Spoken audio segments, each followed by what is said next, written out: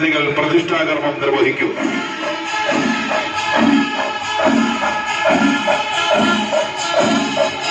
ത്രിലോകനാഥനായ ശ്രീ മഹാദേവന്റെയും ശ്രീഭദ്രാദേവിയുടെയും സച്ചിദാനന്ദ സ്വരൂപനായ ശ്രീനാരായണ ഗുരുദേവന്റെയും കൃഷ്ണശിലാ വിഗ്രഹങ്ങളും സ്വർണ്ണവേലും ദിവ്യ ജ്യോതിസും മഹാശിവഗിരിയിലെ തിരുസന്നിധിയിൽ നിന്നും പ്രയാണം ആരംഭിച്ചിരിക്കുകയാണ്.